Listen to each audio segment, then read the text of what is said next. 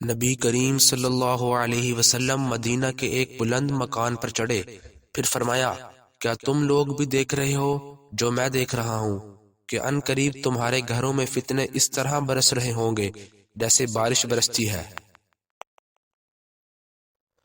رسول کریم صلی اللہ علیہ وسلم نے فرمایا، ایک شخص راستے پر چل رہا تھا کہ اس نے وہاں کانٹے دار ڈالی دیکھی، اس نے اسے اٹھا لیا تو اللہ تعالی نے اس کا یہ عمل قبول کیا اور اس کی مغفرت کر دی۔ نبی کریم صلی اللہ علیہ وسلم فتح مکہ کے دن مکہ میں داخل ہوئے تو خانہ کعبہ کے چاروں طرف 360 بت تھے۔ آپ صلی اللہ علیہ وسلم کے ہاتھ میں ایک چھڑی تھی جس سے آپ ان بتوں پر مارنے لگے اور فرمانے لگے کہ حق آ گیا اور باطل مٹ گیا۔